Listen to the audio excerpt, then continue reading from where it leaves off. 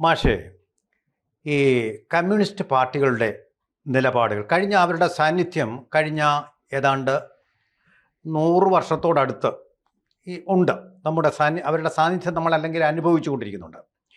അവർ പ്രത്യയശാസ്ത്രപരമായി ജനകീയ ജനാധിപത്യ വിപ്ലവമാണ് വേണ്ടത്, അല്ല ദേശീയ ജനാധിപത്യ വിപ്ലവമാണ് വേണ്ടത്, നേരം വെളുത്തെന്നും വെളുത്തില്ലെന്നും രണ്ട് അടയ്ക്കപ്പക്ഷികളെന്ന് ചെമ്മനം ചാക്കോ പാടിയതുപോലെ തർക്കിച്ചു കൊണ്ടിരിക്കുന്നതല്ലാതെ പ്രയോഗത്തിൽ അവരുടെ ഇടപെടൽ കൊണ്ട്, ഭരണം കൊണ്ട് മാത്രമല്ല സമരം കൊണ്ടും, ഒരു കമ്മ്യൂണിസ്റ്റ് പാർട്ടി ചെയ്യേണ്ട മിഷൻ അല്ലെങ്കിൽ ദൗത്യം അത് നിർവഹിക്കാൻ ഇടപെടാൻ കമ്മ്യൂണിസ്റ്റ് പാർട്ടികൾക്ക് ഇന്ത്യയിൽ കഴിഞ്ഞിട്ടില്ല എന്നുള്ളത് പകൽ പോലെ വ്യക്തമാണ്. കേരളത്തിലും കഴിഞ്ഞിട്ടില്ല എന്നുള്ളതിൻ്റെ ഏറ്റവും വലിയ ഉദാഹരണമല്ലേ ഈ സമയത്ത് കഴിഞ്ഞ ദിവസങ്ങളിലെ അതിദാരിദ്ര്യ വിമുക്തമാക്കിയിട്ടുള്ളൂ കേരളത്തെ.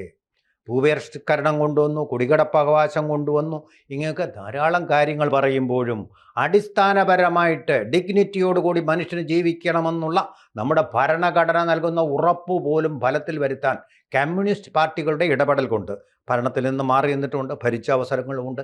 എന്നിട്ടും കഴിഞ്ഞിട്ടില്ല എന്ന് മാത്രമല്ല, അതിദാരിദ്ര്യമുക്തം എന്നവർ ഘോഷിച്ച ഈ കേരളത്തിൽ അതിദാരിദ്ര്യം ഇപ്പോഴും നിലനിൽക്കുന്നതിൻ്റെ നിരവധി ഉദാഹരണങ്ങൾ നമ്മുടെ നഗ്നമായ നേത്രങ്ങൾ കൊണ്ട് കാണുന്നുണ്ട്. അതുപോലെ തന്നെ പുതിയ റിപ്പോർട്ടുകൾ വന്നുകൊണ്ടിരിക്കുകയാണ്. അപ്പോൾ ഇതൊരു കാപട്യമല്ലേ എന്നുള്ളതാണ് എൻ്റെ ആദ്യത്തെ ചോദ്യം. ഈ അതിദാരിദ്ര്യം ഇല്ലാതാക്കുക എന്ന് പറയുമ്പോൾ അതൊരു കമ്മ്യൂണിസ്റ്റ് ഐഡിയോളജി വെച്ച് പരിശോധിക്കുമ്പോൾ എങ്ങനെയാണ് ദാരിദ്ര്യം ഉണ്ടാകുന്നത്, ആ ഉണ്ടാകുന്ന അതിൻ്റെ കാരണങ്ങൾ അത് ഇല്ലാതാക്കപ്പെട്ടാൽ മാത്രമാണല്ലോ അതിദാരിദ്ര്യം ഇല്ലാതാകുക. തീർച്ചയായിട്ടും ആ രീതിയിൽ പക്ഷേ ഒരിക്കലും നമ്മളുടെ ഈ കഴിഞ്ഞ ദിവസങ്ങളിലെ ചർച്ചയോ സർക്കാരിൻ്റെ പ്രഖ്യാപനങ്ങളോ സംഭവിച്ചിട്ടില്ല എന്നുള്ള കാര്യം വളരെ ഗൗരവമായിട്ട് നമ്മൾ പരിശോധിക്കേണ്ടതാണ്. നമ്മുടെ ടെലിവിഷൻ ചാനലുകളിൽ നടന്ന ചർച്ചകൾ ഒരിടത്ത് പോലും എങ്ങനെയാണ് ദാരിദ്ര്യം ഉണ്ടാകുന്നത്, ആ ദാരിദ്ര്യം എങ്ങനെയാണ് ഇല്ലായ്മ ചെയ്യേണ്ടത് എന്നതിനെ കുറിച്ച് ചർച്ച നടന്നിട്ടില്ല. അല്ല, അങ്ങനെ ചർച്ച നടന്നാൽ മാത്രമാണ് നമുക്ക് നമ്മളീ പറഞ്ഞ സാറ് നേരത്തെ സൂചിപ്പിച്ചതുപോലെ കമ്മ്യൂണിസ്റ്റ് ഭരണകൂടങ്ങളുടെയും അതേപോലെ തന്നെ പാർട്ടികളുടെയും ഒക്കെ ഇടപെടൽ എങ്ങനെയാണ് കേരളത്തിൽ പോലും മാറ്റങ്ങൾ വരുത്തിയിട്ടുള്ളത്, അല്ലെങ്കിൽ അതിൽ എന്താണ് അവരുടെ പങ്ക് എന്നുള്ളതിനെക്കുറിച്ച് ചർച്ച ചെയ്യാൻ പറ്റുള്ളൂ. നേരത്തെ സൂചിപ്പിച്ചു, കേരളത്തിലെ ഈ ഭൂപരിഷ്കരണം എന്ന് പറയുന്ന സംവിധാനങ്ങൾ വന്നു. അതേപോലെ വിദ്യാഭ്യാസ രംഗത്ത് വലിയ മാറ്റങ്ങൾ വന്നു, ആരോഗ്യ രംഗത്തും മാറ്റങ്ങൾ ഉണ്ടായിട്ടുണ്ട്. ഒരാളുടെ മാത്രം ഒരു ഇടപെടലിന്റെ ഫലമായിട്ടല്ല, കേരള സമൂഹത്തിന്റെ പലതരത്തിലുള്ള ഇടപെടൽ. ആ ഇടപെടലുകളിൽ കമ്മ്യൂണിസ്റ്റ് പാർട്ടികൾക്കും ചില പങ്കുണ്ടായിരുന്നു. അതിന്റെ അടിസ്ഥാനത്തിലുള്ള മാറ്റങ്ങൾ വന്നു എന്നുള്ളത് ശരിയാണ്. പക്ഷേ ഇപ്പോൾ പ്രശ്നം എന്ന് വെച്ചാൽ കമ്മ്യൂണിസ്റ്റ് പാർട്ടി അതിൻ്റെ പ്രത്യയശാസ്ത്രപരമായിട്ടുള്ള നിലപാടുകൾക്കനുസരിച്ച് പ്രവർത്തിക്കുന്നുണ്ടോ? ഇല്ല എന്ന് വളരെ വ്യക്തമായിട്ട് നമുക്കറിയാവുന്ന ഒരു കാര്യമാണ്. അതുകൊണ്ടാണ് അതിനെതിരെ അതിശക്തമായിട്ട് വിമർശനങ്ങൾ ഉയർന്നു വരുന്നത്. ഇപ്പോൾ നിലനിൽക്കുന്ന പിണറായി സർക്കാർ എന്ന് പറയുന്നത് പലപ്പോഴും നടത്തുന്ന പ്രവർത്തനങ്ങൾ എന്ന് പറയുന്നത് എക്സിബിഷനിസം മാത്രമാണ്, ഷോബിസ്. ആ ഷോബിസിന്റെ ഒരു പാർട്ടായിട്ട് മാത്രമാണ് അതിദാരിദ്ര്യ നിർമ്മാർജ്ജനം എന്ന ഈ വിഷയത്തെ കണക്കാക്കാനായിട്ട് കഴിയുള്ളൂ. ശരിയാണ്, ഓരോ ദിവസവും പത്രത്തിൽ വരുന്ന വാർത്തകൾ എന്ന് പറയുന്നത് അതിദരിദ്രമായിട്ടുള്ള മനുഷ്യരുടെ വാർത്തകളാണ്. പക്ഷെ അത് വളരെ കൂടുതലുണ്ടോ എന്ന് ചോദിച്ചാൽ കേരളത്തിൽ മറ്റു സംസ്ഥാനങ്ങളുമായിട്ട് താരതമ്യം ചെയ്യുന്നത് കുറവാണ്. പക്ഷേ അങ്ങനെയുള്ള ആളുകളുള്ള സമയത്ത് അത് നിർമ്മാർജ്ജനം ചെയ്തു എന്ന് പറയുന്നതിൽ എന്ത് പ്രസക്തിയാണുള്ളത്? പൊള്ളയാണ്. അതൊരു പ്രസക്തിയില്ലാത്തൊരു കാര്യമാണ്. ഇവര് ശരിക്കും പറഞ്ഞു കഴിഞ്ഞിട്ടുണ്ടെങ്കിൽ സമൂഹത്തിൻ്റെ മുന്നിൽ സത്യസന്ധമായിട്ട് ഈ കാര്യങ്ങൾ അവതരിപ്പിക്കാനായിട്ട് ശ്രമിക്കുമ്പോൾ അവർ പറയേണ്ട കാര്യം എന്ന് പറഞ്ഞാൽ അതിദരിദ്രമായിട്ടുള്ള ആളുകൾ കുറച്ചുപേർ ഇപ്പോഴും നമ്മുടെ സമൂഹത്തിലുണ്ട്.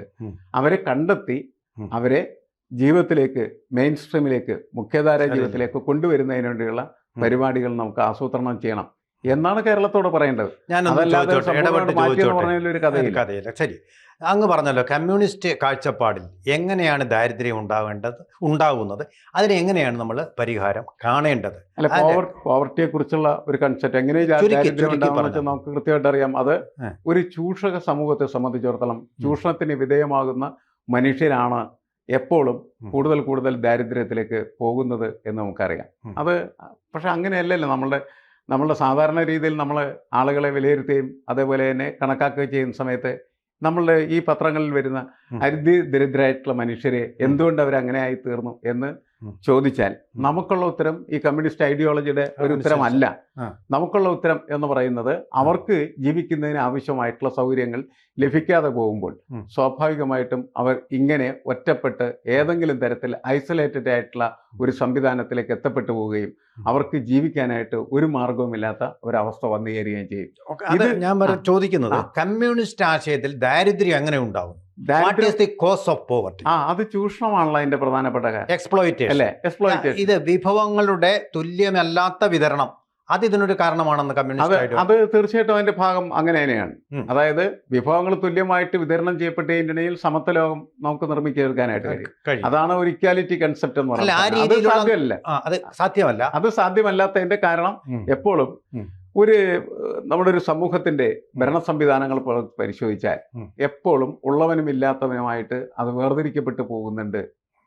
അങ്ങനെ വേർതിരിക്കപ്പെട്ട് നിൽക്കുന്ന ഒരു ഘട്ടത്തിലാണ് നമ്മൾ ദരിദ്രരും അതിദരിദ്രമായിട്ടുള്ള ഒരു വിഭാഗത്തെ നമ്മുടെ സമൂഹം തന്നെ നിർമ്മിച്ചെടുക്കുന്ന കാഴ്ച നമുക്ക് കാണാൻ കഴിയും.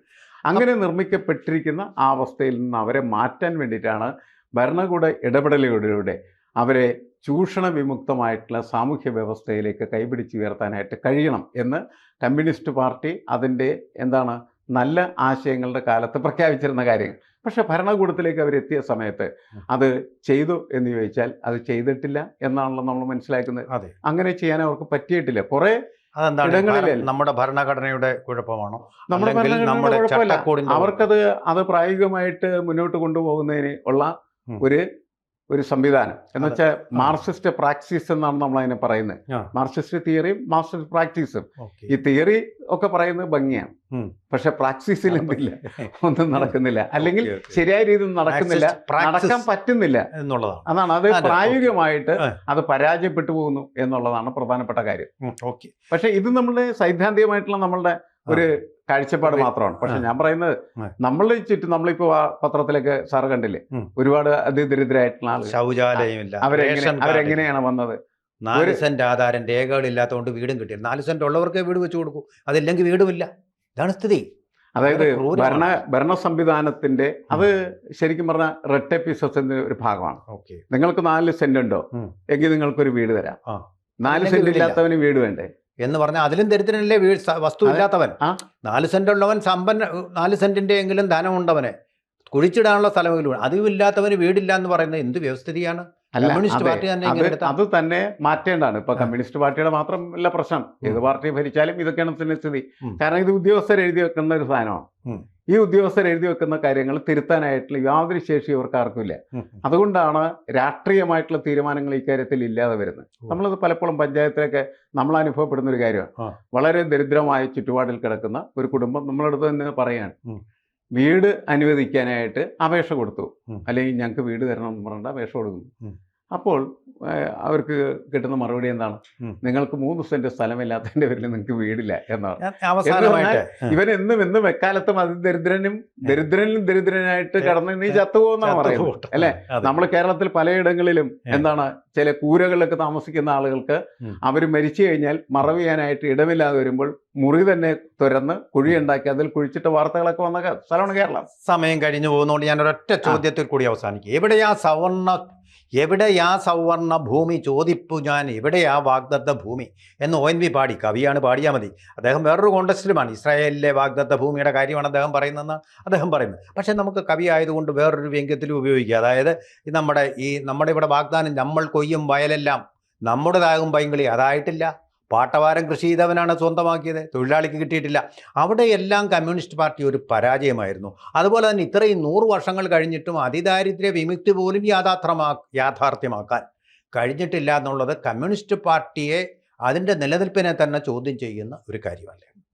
കമ്മ്യൂണിസ്റ്റ് പാർട്ടികളെ സംബന്ധിച്ചിടത്തോളം കേരളത്തിൽ മാത്രമല്ല, ലോകത്തെല്ലായിടത്തും ഒരു പ്രത്യേക ഘട്ടത്തിൽ എനിക്കൊന്ന് 1/3 ഭാഗത്തിൻ്റെയും ഭരണാധിപത്യം കമ്മ്യൂണിസത്തിലായിരുന്ന ഒരു കാലമുണ്ടായി.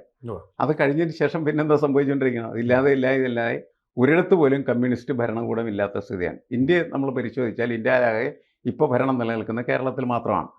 ആ കേരളത്തിലെ ഭരണം കുറച്ച് കഴിയുമ്പോൾ എന്ത് ചെയ്യും? ഇല്ലാതാകും. എന്തുകൊണ്ട് ഇത് സംഭവിക്കുന്നു എന്നത് പരിശോധിക്കാൻ കമ്മ്യൂണിസ്റ്റ് പാർട്ടി ബാധ്യസ്ഥമാണ്.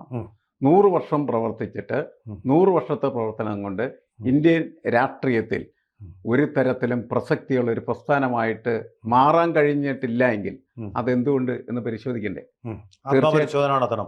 തീർച്ചയായിട്ടും ഉണ്ടാവുന്നില്ല എന്നുള്ളതാണ്. എന്തുകൊണ്ട്? അത് കാരണം എന്ന് വെച്ചാൽ ഇതൊരു ഫീസിബിലിറ്റിയുടെ പ്രശ്നമാണ്.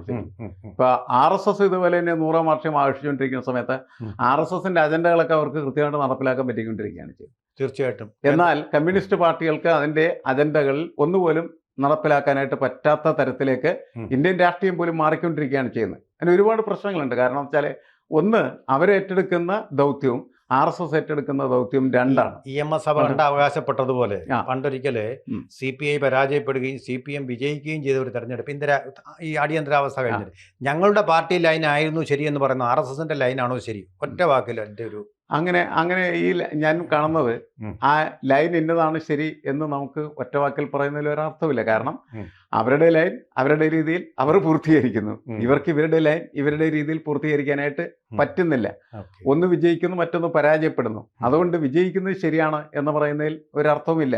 കാരണം വിജയിക്കുന്നത് ആണ് ശരി എന്ന് പറഞ്ഞാൽ നമുക്ക് ഈ പരാജിതരായിട്ടുള്ള മനുഷ്യരെ കുറിച്ച്, അതിദരിദ്രരായിട്ടുള്ള മനുഷ്യരെ കുറിച്ച് പോലും സംസാരിക്കാൻ കഴിയില്ല. കാരണം നമ്മൾ പരാജിതരായ മനുഷ്യരുടെ ഭാഗത്ത് നിന്ന് നോക്കുന്ന സമയത്ത് അവർ എന്തുകൊണ്ട് അങ്ങനെ എത്തപ്പെട്ടു എന്നതും അതിൽ നിന്ന് അതിനെ തിരിച്ചു കൊണ്ടുവരുന്നതിന് എന്തെല്ലാം മാർഗങ്ങളുണ്ട് എന്നുള്ളതും പരിശോധിക്കേണ്ടതാണ്. അപ്പൊ അതുകൊണ്ട് ലൈനല്ല അവിടെ പ്രധാനപ്പെട്ടത്, മനുഷ്യന്റെ ജീവിതത്തിന്റെ പ്രശ്നം. സത്യമാണ്. കൂടുതൽ വാർത്തകളും വിശേഷങ്ങളും നിങ്ങളിലേക്ക് എത്താൻ ABC മലയാളം സബ്സ്ക്രൈബ് ചെയ്യുക, ബെൽബട്ടനും അമർത്തുക.